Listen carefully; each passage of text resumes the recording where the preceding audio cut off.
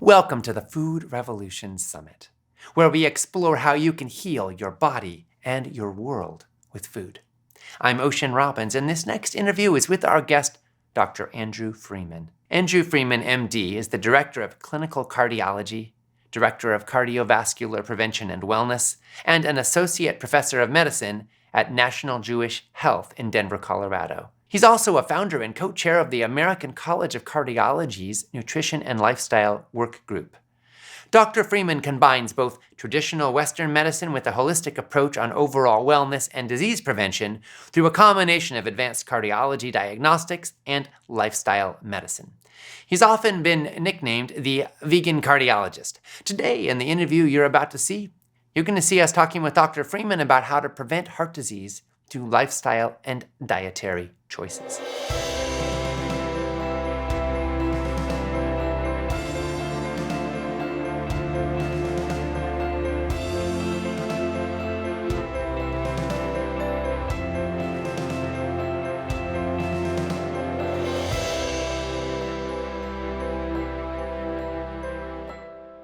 Andrew, so great to be with you. Same here. Thanks for having me.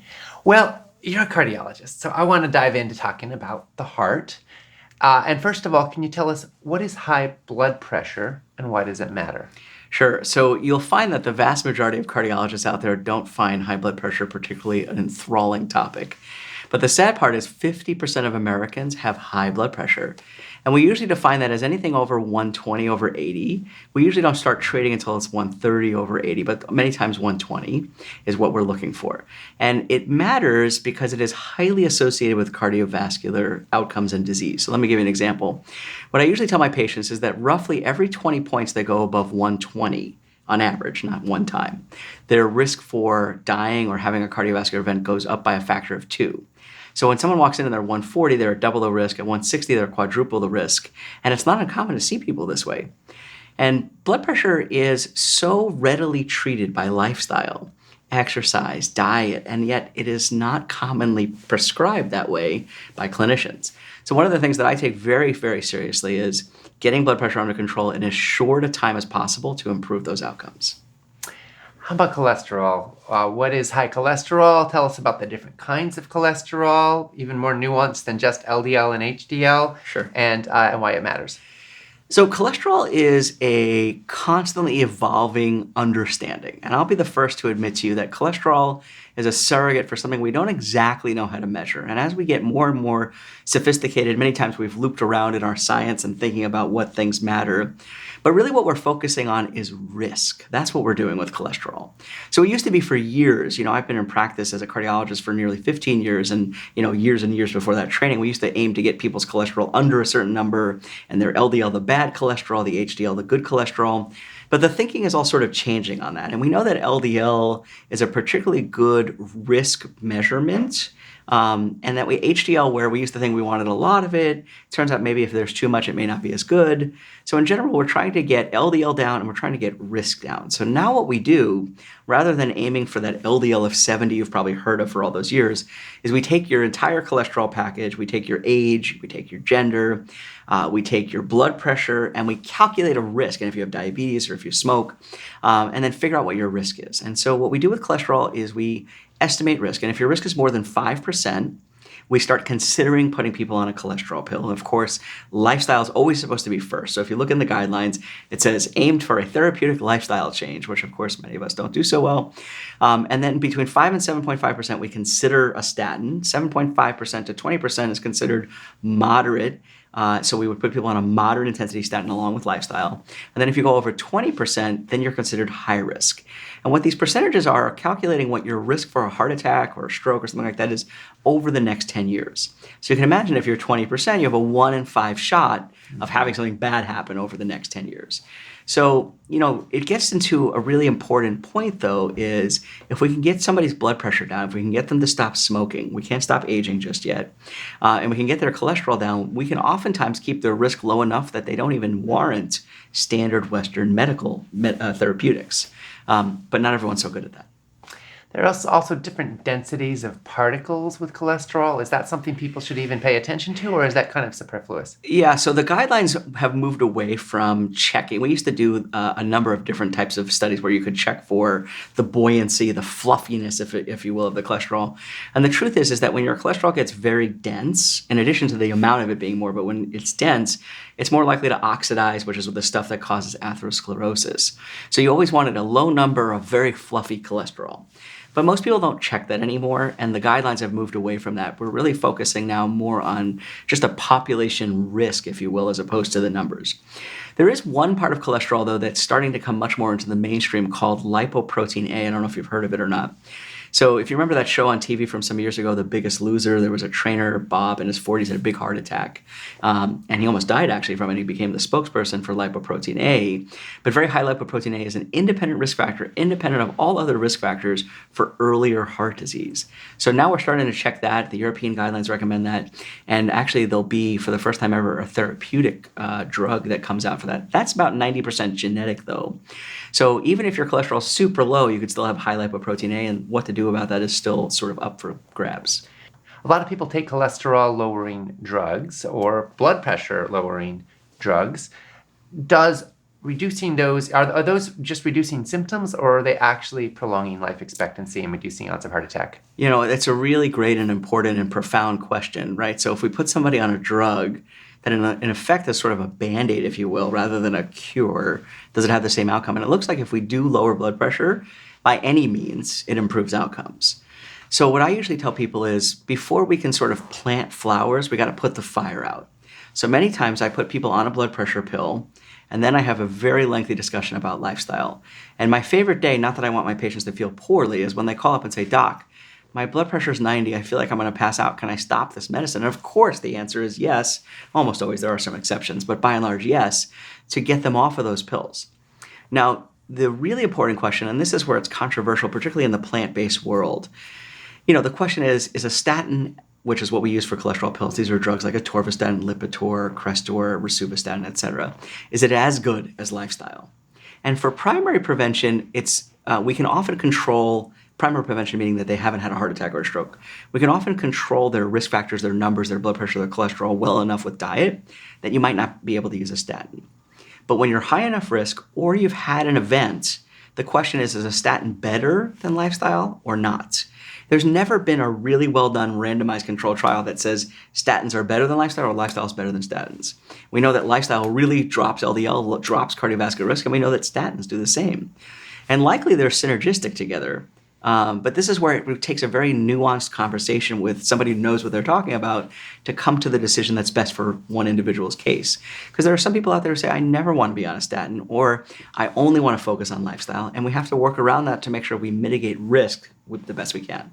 And of course, statins have side effects, and Every drug. lifestyle has side effects, but they're different kinds of side effects. Absolutely. So, the only side effect people have from lifestyle, besides losing weight and improving their longevity and getting better life insurance rates, of course, is, it may take some getting used to for your guts. So some people have stool changes, especially when they make these changes. By and large, there's really no downside to lifestyle. In fact, I would argue there's only upside to lifestyle. But like any medication, there is a risk and a benefit. We've all taken a Tylenol probably once in our life. And if you look carefully and you look at the bottle, it says, warning, this may shut down your liver. So side effects happen. And if we can minimize side effects, and I would be the first to tell you that many drugs we use are poisons with beneficial side effects, and we're trying to minimize the poison effect and maximizing the beneficial side effect. But it's hard to always know what you're going to get with these things. And so side effects are a real fact of drugs. People who have heart disease are afraid of a heart attack.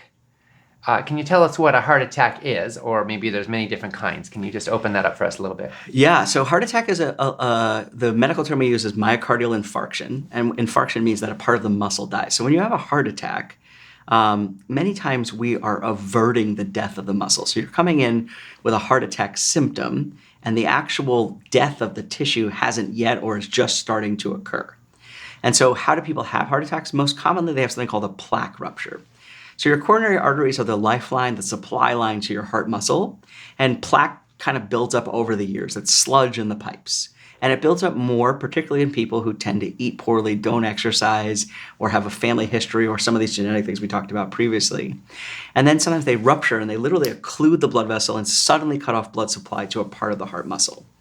And so, there's a lot of things that we do now that we can save people's lives when these happen if they're big enough. But it can be a really earth and life-changing experience for a patient. And that's where I think lifestyle intervention really is powerful because, people will tell you there's only two ways to learn, right? One's through pleasure, one's through pain. And heart attack, pretty painful. And if we can get people to make a massive change from that point forward, can we make them much less likely to have a heart attack? And the answer is yes. Okay, awesome. Well, and then if somebody has high blood pressure, let's say underlying cardiovascular disease is what we tend to call it, but they haven't actually had a heart attack, are there other consequences to that experience that may impact their energy level, their brain clarity, their sexual function, their joy in life? Absolutely. So what most people don't realize is that high blood pressure, they call it the silent killer. And the reason is it's often clinically silent until it's almost too late. But when your blood pressure is real high for long enough, it's slowly causing damage to your brain. It's causing damage to your kidneys. It's causing blood vessel damage, which are the root causes for erectile dysfunction and other sexual dysfunctions. And so you can imagine that these things are slowly eroding away the health of someone. Diabetes does the same thing, right? Like if your blood sugar is high once, not a big deal. But if it's high all the time, it starts to erode away all the healthiness that's there. And so heart disease is one of those things that kind of lurks in the background, and then all of a sudden it's too late. Is there a perspective from which heart disease is an inflammatory disease? And can you talk about that a little bit? And also, what are the factors that cause it? Yeah, so a great question. And I think the root cause for all disease is inflammation. And I don't think enough people realize that. And so you really can't have a lot of disease without inflammation. So inflammation is behind almost everything. And the exact mechanisms, what gets inflamed that raises my blood pressure or causes blood vessel damage, or is the blood pressure elevation causing the inflammation, or are they somehow linked in both directions? And the answer is yes to all of those. And the truth is, we're finding out that a lot of the drugs we use for heart disease, be it cholesterol or even aspirin, or you may have seen some recent evidence for something called colchicine, is it cuts inflammation. I don't know if you know much about colchicine. They use it for gout. It's been known since ancient Egypt, believe it or not. And it turns out, or even before that, and it turns out that it is a very surprisingly effective way to reduce cardiovascular risk. And that just came out literally a few weeks ago.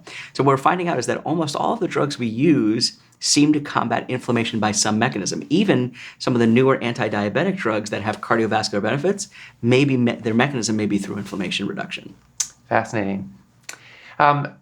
It may seem odd to ask a cardiologist about stroke, but I don't think it's odd at all. I'm curious if you could tie in how cardiovascular health impacts stroke risk, and what is a stroke, and how is it related to all this? So, super great question. And I would say this, cardiovascular disease is not an isolated thing.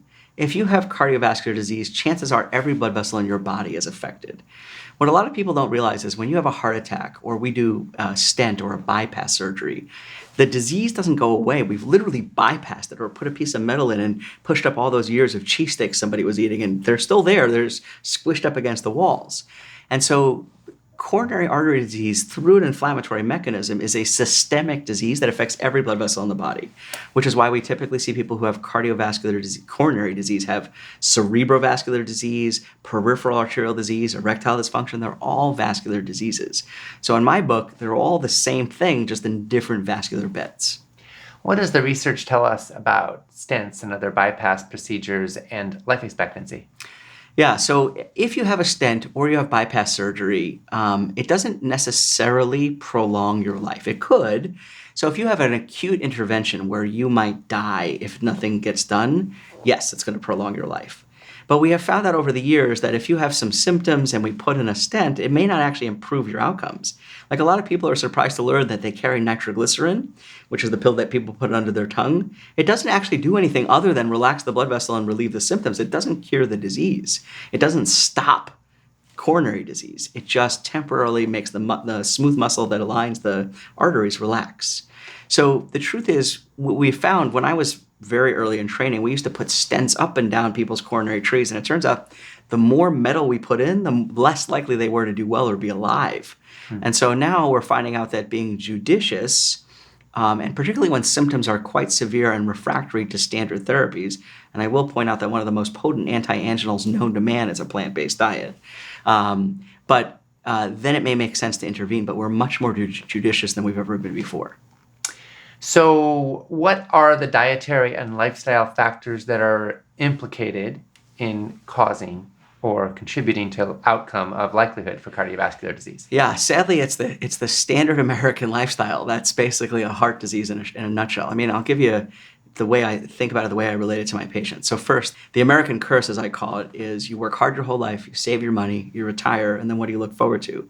Heart attacks, strokes, dementia, erectile dysfunction. Sounds like a terrible way to retire.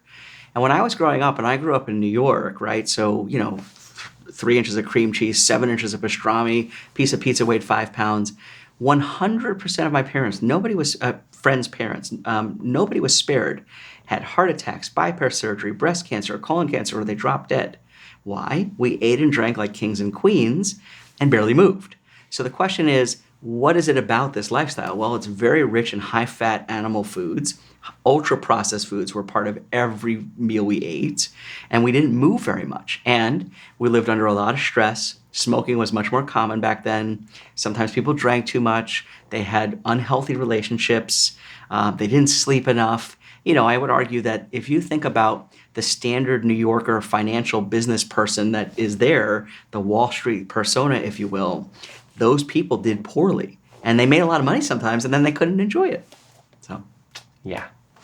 Okay, so what are the diet and lifestyle approaches that you recommend to your patients, and what is the research that backs that up? Okay, well, we could probably spend the next 3 months talking about this, but I would say that besides getting rid of substances, right? So, in Denver now we have more marijuana dispensaries than we do coffee shops, which is interesting. And what I always tell people is the marijuana itself may not be harmful, but the smoke is super harmful, and the vapes are super harmful, and tobacco and the alcohol excess and all that stuff. Once that's out of the picture, then there are 5 core things that I talk about. The first is exercise. I recommend that people get 30 minutes a day of breathlessness. Now, a lot of people are like, well, I get 10,000 steps a day, and that's great. Or I have a manual labor job, and I'm carrying bricks all day long. And those are all great. Or I walk the dog in the morning. Okay, that's good too. But it's not the same as getting 30 solid minutes of breathlessness. So I recommend they get up in the morning and they do a Peloton. They go for a bike ride. They go for a walk. They go with a spouse or a significant other. And that spouse gets to talk to them, but they should have trouble talking back because they're working so hard. Good for their relationships, good for their bodies, but getting to that place that they're breathless, that's really key. 30 minutes every day. Second is eating a low-fat, whole food, plant-based diet. Unprocessed foods. I always tell people to eat like a peasant so they can live like a king or a queen. Third is stress relief. We live in an incredibly stressful world. All you do is you flip on the TV and part of our country is burning. There's a hurricane somewhere else. There's an earthquake somewhere else. Russia, Ukraine, all this stuff. Doesn't seem to be any happiness anymore in some parts of the world. And we have to try to remember that stress is everywhere and we can only do our best. So we got to do our best, do good things in the world, and let go of all the stuff that we can't immediately control. Easier said than done. Fourth is sleeping enough. We want 7 hours a night. So it turns out the research suggests that 7 to 10 hours a night of uninterrupted sleep is the sweet spot for the least amount of heart disease. Now, it's hard to imagine because a lot of people are like, well, I get up every day at 3 o'clock in the morning and then 4 o'clock in the morning and 5 o'clock in the morning. These people are either stressed out or they have some sort of bladder or other problem that needs to be addressed. But you really want to get 7 hours a night. And a lot of people don't get that. And then the last part you'll get a kick out of. But it turns out that people who have the most love and support actually have the best cardiovascular outcomes. So strengthening relationships with people that matter and getting rid of those that aren't so good. I always joke that cardiologists are doctors of matters of the heart, right? But there really is something to that. And even the words we use all the time actually would imply we know more than we say, like disease, dis-ease, lack of ease, hypertension, too much tension, heartache, right? When you don't have a good relationship with somebody. So you put all these things together and you're like, oh, there really are words for this, but we're not necessarily thinking about it when we talk about it. So heart, we think of the heart muscle and we think of the thing we put on Valentine's cards as completely separate things. But you're saying maybe there's a little more to it, why we send people hearts when we want to say we love them. Absolutely. I think there's a lot more behind the science. And sometimes, it's hard to get a hard endpoint, right? When we're looking at manuscripts and studies, we want these hard endpoints. But humans are squishy things, right? We don't always have a hard endpoint. The mind-body connection is super strong, and most people don't even recognize it. I mean, I would argue that you really can't have disease without the mind. So, yeah. All right, let's talk a little bit more about a few other conditions, and then we'll loop back. But diabetes and cardiovascular disease, what's the connection? So diabetes is considered to be a cardiovascular or coronary artery disease risk equivalent. So when you have diabetes, you're automatically in a higher risk category. And the reason for that is that high blood sugar levels seem to be associated with inflammation, which also upsets the lining of the blood vessels and predisposes to heart attack and stroke. And there's really every study you'll ever look at that if you have diabetes, your risk for a heart attack or a stroke is high. Your risk for a lot of different cancers is high. Your risk for neuropathy is high. I mean, diabetes really robs people of their life, if you will. And it's funny because it really literally robs the sweetness in your life, if you will, even though it's a disease of sugar. About Alzheimer's disease and cardiovascular health, what's the link? Yeah, so a lot of people don't realize that, when you look at memory loss, which is what we all fear, right? So, the Ocean Robins that everyone knows and loves wouldn't be the Ocean Robins everyone knows and loves if you had a big stroke or you started losing your memory. And so the question is, what's behind that? And nobody really knows exactly the mechanism behind things, but Alzheimer's disease, in addition, a lot of Alzheimer's disease and dementia are actually vascular in nature. So you can imagine that if you can control vascular disease and inflammation, you can improve your memory and your mental health. And actually, every year I show studies that show the same thing. There's data out there that suggests this very concept. But I don't see a lot of neurologists telling their patients, hey, in addition to some pills we can give you to slow down your memory loss, how about we do this or that? There's even data suggesting that being a lifelong learner or having better social connections improves your memory and improves the likelihood that you will not get dementia. So if you go to places that, and maybe you've talked with Dan Buettner and others from the Blue Zones, what makes the Blue Zone so special? They have a strong social connection, they eat right, they exercise, they sleep enough, and they seem to have less cardiovascular and cerebrovascular disease. So it's like the same basic pattern is beneficial for all the different systems in the body.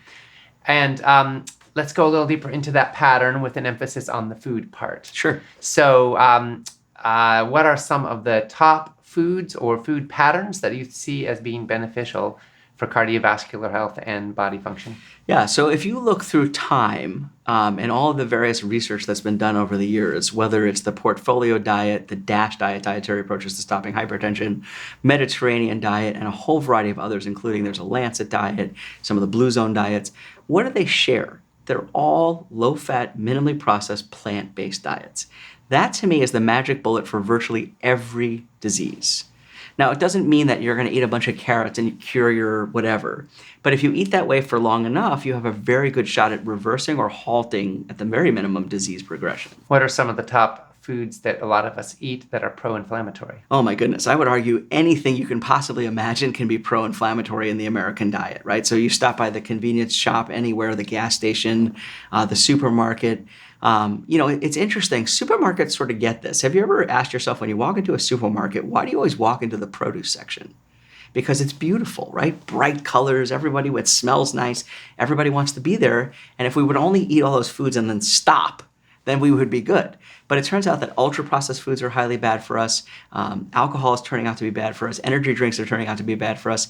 And then the processed meats. So where I grew up in New York, right, I can't tell you how many of those hot dogs I ate, but they're now considered to be as cancer-causing as cigarettes by the World Health Organization. And it's not just hot dogs. We're talking about sausage and bacon and all the good stuff that people used to eat all the time is bad news. So I always ask my patients, how much is that $1.50 Costco hot dog really costing you? Mm-hmm. And the answer is a lot. So I think in general, getting rid of ultra-processed foods, high-fat foods, animal foods. And then the other one that people don't realize they consume all the time is dairy. There is milk, cheese, butter, milk fat, whey in everything. I mean, you can go to the supermarket and buy like a muffin mix and it has dairy added to it, or it has beef gelatin in it, or all this weird stuff that you're like, why is that in a muffin? And so, you wonder why people are eating all this stuff and they're not even knowing that they're eating this stuff. What is the benefit of nitric oxide to cardiovascular health? Yeah, so nitric oxide is really a measure of vascular health. Endothelial cell function, when it's functioning well, those are the cells that line the blood vessels. In the appropriate environments, will release nitric oxide, which causes the blood vessels to relax and improve blood flow. So things that would potentially improve blood flow are great. So as an example, not directly connected, but for instance, beets, right? So if you eat beets, there was a study that showed that drinking roughly 250 cc's, roughly a can's worth of beet juice a day, can lower your blood pressure as good as some of the pills that we use. And a lot of that is because they contain organically occurring nitrates, which are along the same species of nitric oxide and other things like that. So the question is, can we figure out a way to improve blood vessel health by changing our diet, allowing endothelial cell function to be good, and then letting nitric oxide do its job? That would be amazing. But we haven't found a magic pill, if you will, that will improve nitric oxide function that way from an endothelial cell just yet. Well, do we want to be eating nitrates? Is that good? Nightshades or nitrates? Nitrates. Yeah, I would say that all of the greens, beet greens, all of those are pretty magical. In fact, I would argue that if you watch the Olympics, a lot of the athletes now are not doping with traditional doping drugs. They're doping with beet greens and beet juice and other things like that. It turns out that when you have more nitrates in your body tends to, be able to deal with stressors, oxidative stress, other types of stresses better, and it actually can improve athletic performance. The only downside is that if you eat red beets, they make other kinds of beets. There's golden beets, but it turns your stool and urine red, which makes some patients very nervous. So It's always good to remember, I had beets last night. Yes. That's why. Yes. Yes. Nitrites, however, are often added to processed meats, and they are not the same thing as nitrates. They aren't. And, the whole meat curing thing is really odd. I would encourage people before they ever eat another processed red meat to figure out where their stuff goes and how it gets to where it goes. But in general, nitrites, and there's other nitrogen species that get added to a variety of animal-based foods for color, taste.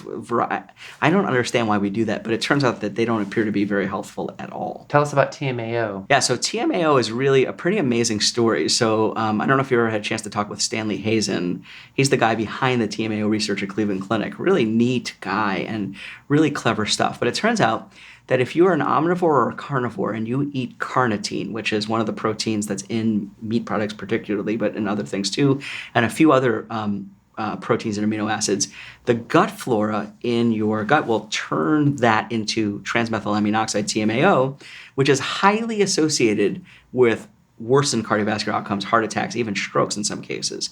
And so, in some places you can actually measure a TMAO level in your blood, which is what they did for these studies, and now you can actually measure it and see where you might fall, and then your outcomes may be less good. Very interestingly, this was back in the day, they actually, in the name of science, fed a vegan a steak, and it turns out they did not produce very much, if any, TMAO because their gut flora wasn't there to do it.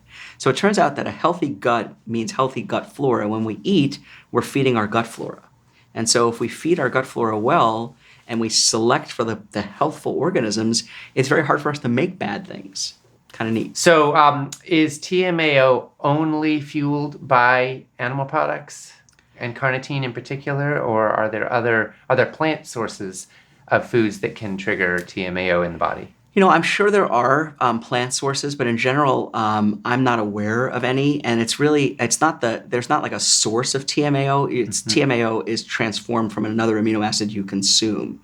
So if you said to me, could you find carnitine in some other way and get it in your body? Sure. But if you don't have the gut flora to convert it to TMAO, you won't. But if you keep eating stuff that's high in these animal-based foods, you may change over your gut flora. So I'm not aware. I'd have to look that up. I'm not actually sure if you can get carnitine in some of the gut flora that comes from animals from plants, but I've never seen anything to say that, so I doubt it. So let's go a little deeper on the microbiome side here. How is microbiome health linked to cardiovascular disease in addition to the TMAO piece? And what do we do to support microbial health? Yeah, so great question. So it turns out that the microbial flora of our gut is like the new frontier.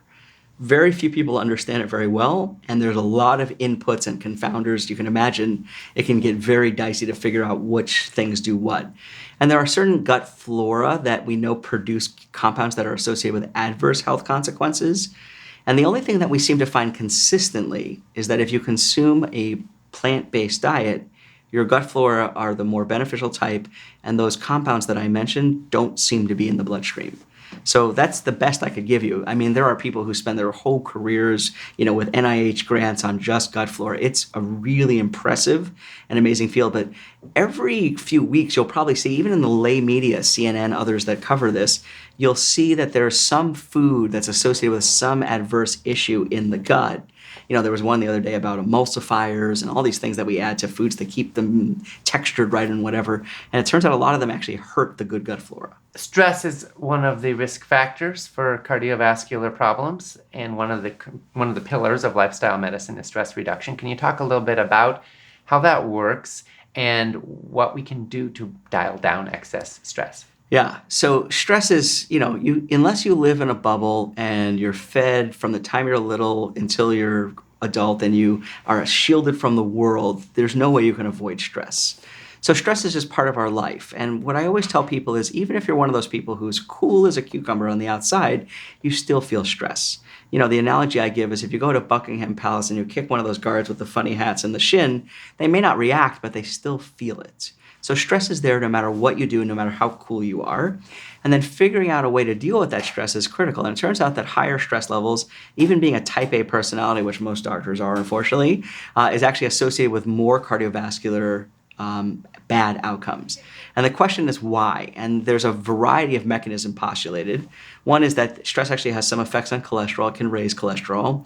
Stress also can raise blood pressure. And then there's a whole variety of other things we don't quite understand. So what I always tell people is, you find me a condition that stress does really well with, there really isn't one. And so then figuring out a way to sort of forgive yourself at the end of the day for whatever doesn't go the way you anticipate is really important. So think about this. In my line of work, and lots of the people that I take care of have very high stakes jobs, air traffic controllers, 911 dispatchers, really high stuff. And I say, look, when you go home at the end of the day, before you leave, sit at your desk or go in your office or look out the window, whatever it is, and ask yourself, did you do everything you could do? Did you go the extra mile? And if the answer is yes, forgive yourself for the things that may not have gone the way you anticipated. Because if you hold on to that, it will never leave you, and it will only cause bad health outcomes. But it also is just not good for your everyday, you don't want to bring that stress home with you. It's really important stuff, and a lot of people don't spend time on it. What about exercise? Some people just don't like to exercise, or they even have physical limitations that make it difficult. What then? Great question. So I get this all the time. I have patients who've had amputations. I have patients who have no legs sometimes.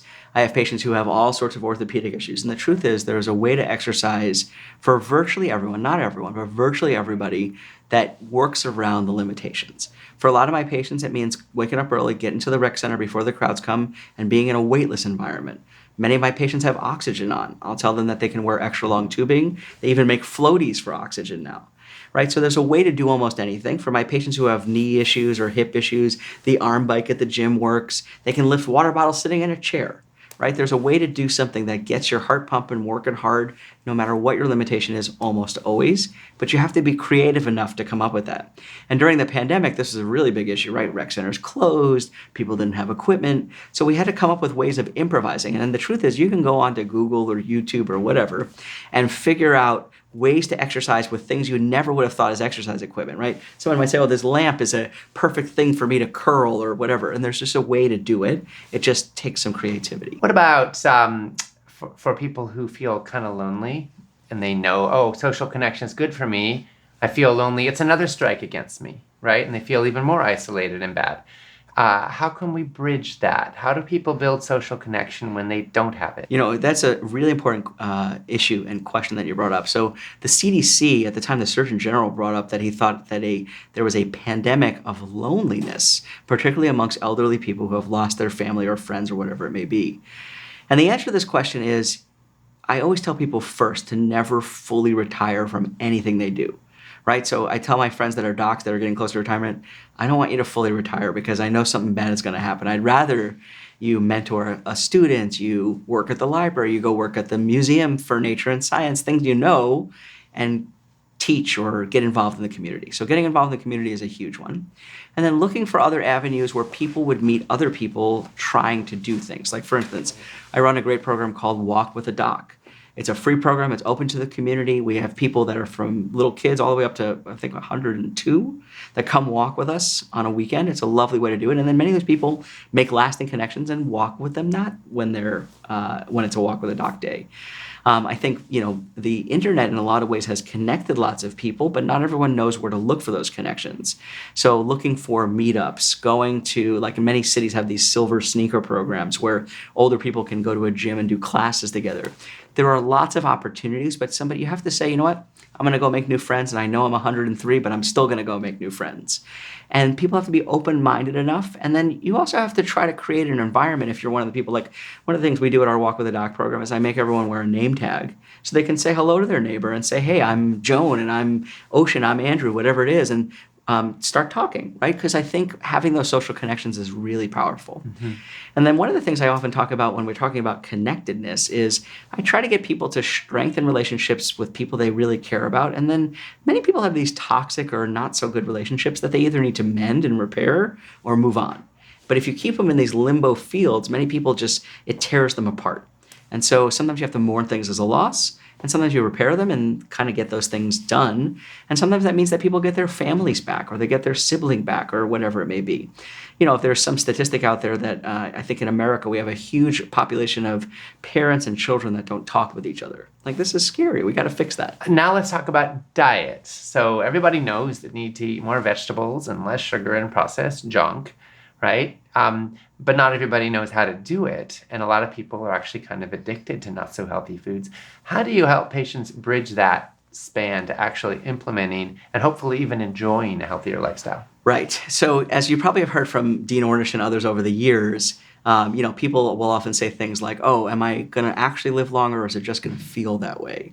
Right. So the question is, how do you get someone to make a 50, 60, 70, 80, 90-year-old habit change and enjoy it and do well with it? And I think the motivation for many of my patients, and this is what we call motivational interviewing, is looking for that hook, right? So if the first thing they say when they come in is, oh, I'm going to go see my grandchild after this, I'll say to them, do you want to be dancing at your grandchild's wedding, or do you want to be sitting in the chair drooling to yourself? And they usually chuckle, and then they say, oh, actually, I would like to be dancing. I said, what if that was your great-grandchild?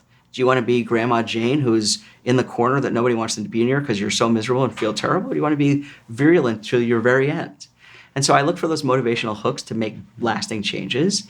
And then more than anything, I try to show people that they can eat things that are still good for them and tasty. And the truth is, I'll say things like, well, when was the last time have you ever been out for ethnic food? What's your favorite ethnic food? And the truth is, Thai, Vietnamese, Chinese, Ethiopian, Mexican, Italian, almost always there's a sauce that you can put on literally a piece of paper, and it would be so delicious that you wouldn't want to stop eating it. And I always tell people, if you haven't tried a curry, go out for an Indian or a Thai or an Asian dish somewhere and find a curry and tell them that you want it plant-based or you want the vegan curry. You'll be floored at how good it is. And people will often go out and have a culinary international experience and say, oh, this is actually pretty good. And then one of the things that I do that's probably different than others is it's not fair for me to say, I need you to change 60 years worth of habits. Good luck, and I'll see you later. I give them a packet of resources, which includes the PCRM Vegetarian Starter Kit. It actually has some of the food revolution changes and how-tos, plantrition materials. I give them the Kaiser Guide. You may have seen the Kaiser Guide that shows people how to. And then I also have not only our Walk with a Doc, which is plant-based, but we also have a transitioning to plant-based support group that's virtual, that I got a registered dietitian that I'm friendly with to volunteer to do, so people can do that. And then on top of that, for the people who are very sick, I will enroll them in the intensive cardiac rehab program, which is Ornish's program. Pritikin is the other one that's widely available. And in that program, we literally hold people's hand for 9 weeks. So we go through twice a week for 4 hours at a time for 9 weeks, and we teach people how to exercise, how to eat. We give them a plant-based meal so they can see it tastes good. We do group support, and we do meditation mindfulness, and we teach them how to do this. Mm-hmm. That's amazing. I wish it was covered for everybody, but it's not. Yeah. And for those that it's not, I try to give them all these resources with continual positive reinforcement. And I will tell you, nothing makes me happier when somebody comes back and says, Doc, I feel the best I've ever felt in 30 years. Why didn't I do this sooner? And I'm like, you should have met me sooner. But at the same point, the results are really patient-driven, and it's so amazing to watch diabetes dissolve, blood pressure normalize, angina go away. They're dancing with their spouse. The joy of life returns. It's amazing. Let's talk about a few of the macronutrients for a bit. Fats. Are there good fats? Are there bad fats when it comes to heart health? Yeah, I mean, I think in general, the vast majority of expert consensus would tell you that saturated fats are not so good. So we should really get rid of them and try to remove them. And you can even get saturated fats from things that are plants like coconuts and other things. So really try to reduce those. And then I usually tell people to limit fats. And the reason for that is fats are highly caloric, and they often come with other stuff that you don't necessarily want. It's hard to separate it out. If someone says to me, well, doc, can I have a little bit of an avocado or a nut or a little canola oil or olive oil? I usually tell them to do things sparingly. And as you probably know, nuts and fats are a bit controversial in the plant-based world. There are some people who say absolutely no nuts. And then my good friend, Dr. Esselstyn, if we push him hard enough, he'll say, well, actually, you can have 3 walnut halves in a day. Right? So, the question is there a sweet spot for fats? And I think lower is better. For some patients who are very high risk, I actually will advise them to limit it altogether, get rid of it if they can. But for the vast majority of people, a little bit. So what are plant fats that I think are probably okay in small quantities? Some nuts. And I always tell people, be careful. The worst thing they ever invented, at least for me, was shelled pistachios, right? The shells slow you down, and the pistachios make it easy when they're shelled to eat a lot. So you want to eat just a little bit. And then the only evidence-based oils, meaning that there's data to suggest that there may be positive outcomes, are canola, olive, safflower, and sunflower, and that's it. But again, they're super highly caloric, and the whole oil thing is kind of weird. When you think about it, to get oil out of a canola seed, a little teeny tiny canola seed, high pressure, high heat. Olive oil is the only one that's different, where you could squeeze the olive and oil comes out. And so maybe that one might be more beneficial, but you also can't cook very high heat with that. So I usually recommend people try to become friends with an air fryer, try to saute in veggie broth and see how they'll do. But lower is better, and the good plants. And then people often say, what about avocados? There's been a lot of really interesting studies over the last probably 2 or 3 years that show that a small amount of avocado actually can lower cholesterol. So there may be some beneficial effect. But if you're eating like 10 avocados a day, it's probably too much. Is this a case where potentially there's a bit of a difference between what's optimal for brain health and what's optimal for heart health? In other words, the brain is mostly fat. We know that omega-3s are probably good for both cardiovascular disease and Alzheimer's prevention. But, there are some people who think that, for example, MCT oil may have brain benefits. That's controversial. Right. It probably does not have cardiovascular benefits. Do you think that's a nuance that we may want to learn more about? Yeah, I think there's a lot we don't know. And I would say that I'd be the first to tell you that food science is rapidly changing, nutritional science is rapidly changing, and it's often hard to pull out the confounders, right? So somebody who might be avidly consuming MCT oil might be savvier, smarter, wealthier, have more access to whatever. Whereas, so there's all these different things and they may exercise more. So I don't know the right answer. I guess what I would tell you is, as the evidence comes out, we should adapt. And we should make sure it's good quality evidence, right? There's a lot of evidence coming out from, say, research that's funded by the beef industry, right? That's hard to believe, right? So you want to try your best to find well-balanced, good stuff that makes sense and then apply it to your practice. And so right now, yes, I think there very well could be a nuanced case. I think actually there may be an individual case where, depending on what diseases you have, maybe even what your genetics are, you may process fats differently than other people. What about omega-3s? We see studies showing that people who consume more omega-3s do better. Even fish, right, in some cases, lower risk of heart disease, perhaps longer life expectancy. But then there's also a lot of controversy. What's your take on omega-3s and fish, for that matter? Yeah, so fish is probably the most important thing that I deal with regularly, because people are like, well, I'll give up the beef and the chicken, but I want to give up fish. The problem with fish is, first, if we all ate the fish that the professional societies, many of them recommend, there wouldn't be a fish left in the ocean tomorrow. So there's not enough fish to go around the world. I actually showed some research today and some New York Times coverage that the Chinese are actually fishing off the Galapagos Islands to feed their population fish. Mm-hmm. But fish are loaded with PCBs, dioxins, heavy metals, organophosphates, microplastics, nuclear fallout, even from the most remote waters we can go to. So what I usually tell people is, and plants are not immune from toxins either, but they're concentrated in as you go up the food chain. So there's that. And then, interestingly, there was a couple of studies in the last year. This one last year showed that fish consumption was associated with melanoma, skin cancer. which is also really interesting. So I usually tell people to do their best to really limit fish if they have to use it. Now, when I was growing up in New York, it wasn't dinner if you went out for fish unless your whole plate was a fish and there were a few carrots on the side. And I tell people that I want them to have a whole plate full of carrots and a bite of fish if they have to have it. So I think there's that. And then I think you're spot on that omega-3s are important. We can get omega-3s from walnuts and ground flax. It has to be ground in order to be absorbed, from algae, from other things like that. So the question is, can we get a plant-based source of the appropriate omegas without much trouble? I think the answer is yes. You just have to be, you have to really work at it. And then the interesting thing is, over-the-counter fish oil is no longer endorsed by the professional societies, but there are some prescription-strength, highly concentrated fish oils, EPA, DHA, that do seem to have an effect both on triglycerides when they're too high, which is a type of blood cholesterol that's the fat in the blood, and then also improve cardiovascular outcomes. And so I think the jury's still out there about how to best deliver this, because the whole concept of fish oil is super weird. I mean, if you've ever seen how they do it, they just take a big file of fish and squeeze it out and put it in capsules. It's kind of a weird thing. I don't even know how we came up with it. So the question is, can we do better with walnuts and flax and algae? And I think the answer is probably yes. Long-chain omega-3s, EPA and DHA, are typically not found in most foods. They're mainly found in the body makes ALA into EPA and DHA, and they're also found in fish and also in algae, which is where the fish get it from. It seems that any algae-based supplement that contains them is going to have some combination of the two, or sometimes just DHA. EPA is actually harder to come by. Some folks are saying that EPA is actually more important for heart health and DHA is more important for brain health. Do you have a perspective on that? Yeah, I mean, it's been suggested for years that's the case. And you're right, the body is not the most efficient at converting ALA into these compounds. And so the question is, if you supplement, is it better for one or versus the other?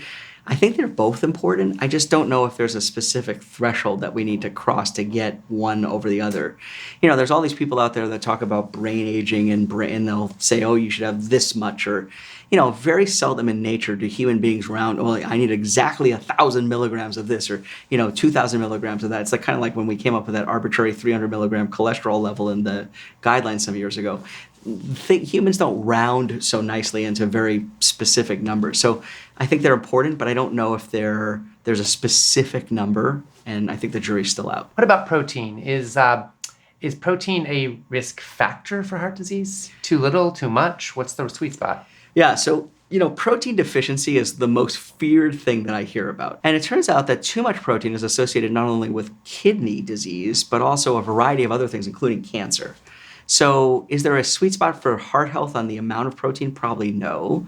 People might bring up some of these studies that were shown recently that were worldwide studies that showed that if your protein levels were low in consumption, that you did worse. But a lot of that may simply represent wealth, right? If you're in a very poor country and you're very poor, you might not get enough protein, you may not even get enough calories. So I think there's not a clear answer as to, how much protein do you need for optimal heart health. Do you think that dairy products what's the research on dairy and heart health? I think dairy is definitely not our friend. I would say that every year I show research studies that dairy is associated with prostate cancer, with breast cancer. It is the number one source of saturated fat in the American diet, and it has a whole host of growth factors in it that are probably not best for human consumption. I mean, we're the only species on the planet that drinks another animal's mother's milk. I mean, think about that for a second, how odd that is.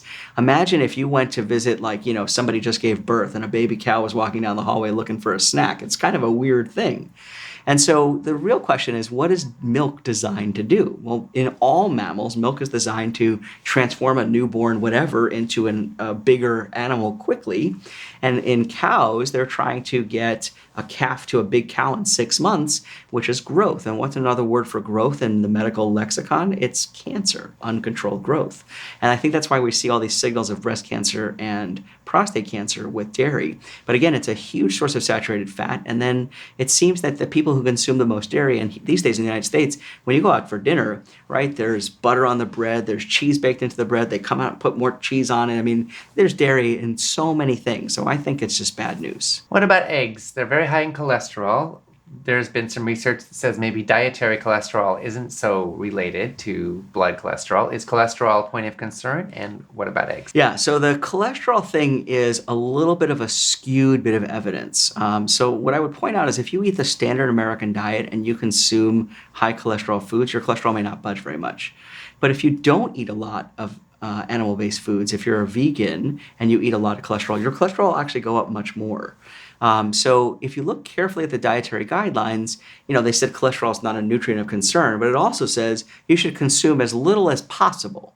Now, that's code word, and that actually was our wording when Kim Williams was president of the American College of Cardiology. I was chair of the American College of Cardiology's Nutrition and Lifestyle Work Group. We got to put some input in there, and that's what we were able to get them to say. And that's code word for saying, don't eat this stuff.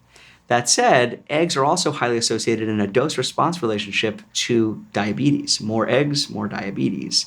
And there's actually some cancers that are associated with eggs too. So in general, I usually tell people to limit eggs, and if they can avoid it altogether. And these days, you can find a variety of egg replacements besides the usual tofu scramble, which everyone enjoys. They now have all these mung bean related products that are actually surprisingly tasty, low in fat and high in protein. So, is soy beneficial for heart health? So soy is a controversial topic, as you probably know. People are always so concerned. Well, if I eat soy, I'm going to get breast cancer. And the truth is, one of the more potent breast cancer phytoestrogens is actually beer. Beer actually has one of the more potent phytoestrogens compared to soy. But that said, soy in the United States, which is not organic and grown in the United States, is often bred to be what's called Roundup resistant, meaning Roundup the weed killer.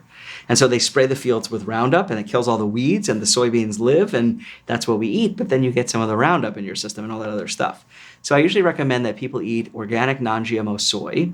I think soy is an excellent source of protein. It's very tasty. My kids could eat edamame today till tomorrow. They love it, just steamed. And I think it's great. And it turns out that if you eat plant-based estrogens like that, you're actually at lower risk for breast cancer, which has been shown for a long time in Asia. So in general, I think soy is good stuff. Obviously, there are people who are sensitive to it. There are some people who have been instructed for one reason or another to avoid it. They should check with their doctors. There's some interference with soy and some of the thyroid hormones that people take.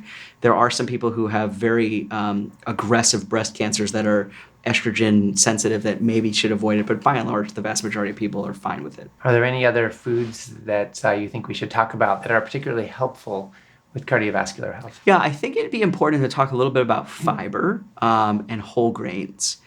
So I would say that fiber and whole grains help to bind cholesterol in the diet, which is always a plus, but they're also highly associated with good cardiovascular outcome. And the same is true for pulses or lentils or beans, whatever you want to call them. Americans do not eat pulses, lentils, or beans in general. Now, where I live in Colorado, we have a very large either first or second generation Mexican population. We eat a little bit more beans than most other places, but by and large, these are superfoods that are super cheap, super great sources of protein, super great sources of carbohydrates that's complex, and yet often neglected by most people.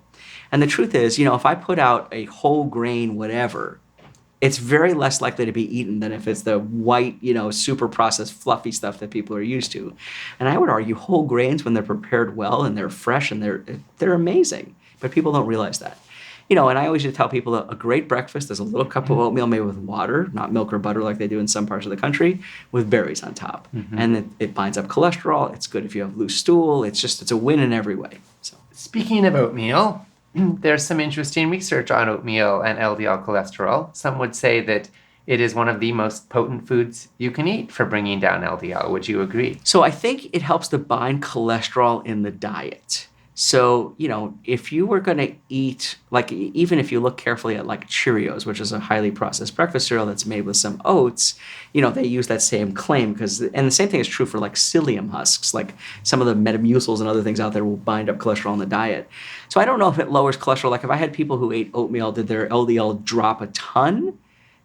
Usually not. It drops a bunch, but it doesn't usually drop a ton. So I don't know if it's super potent, but there's no harm. It gives you a nice, full energy push to get through the morning, and it's cheap as dirt. Why wouldn't you? I want you to envision for a moment a world in which lifestyle medicine is practiced, culturally appropriate all around the globe, and a plant-based diet is the norm for humanity.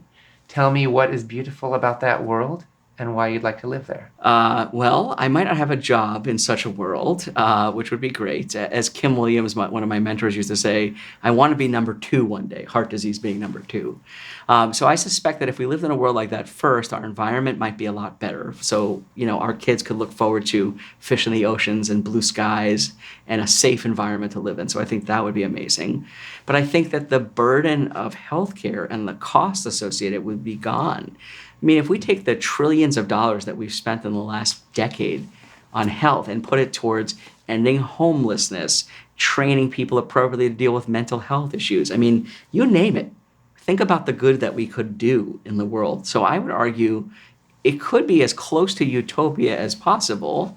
Again, I don't think we would ever solve every problem, but it sure would go a long way, and it would free up a lot of money towards good, better things to do. We've been talking with Dr. Andrew Freeman, a cardiologist who looks at the whole heart and helps people feel better for their whole lives.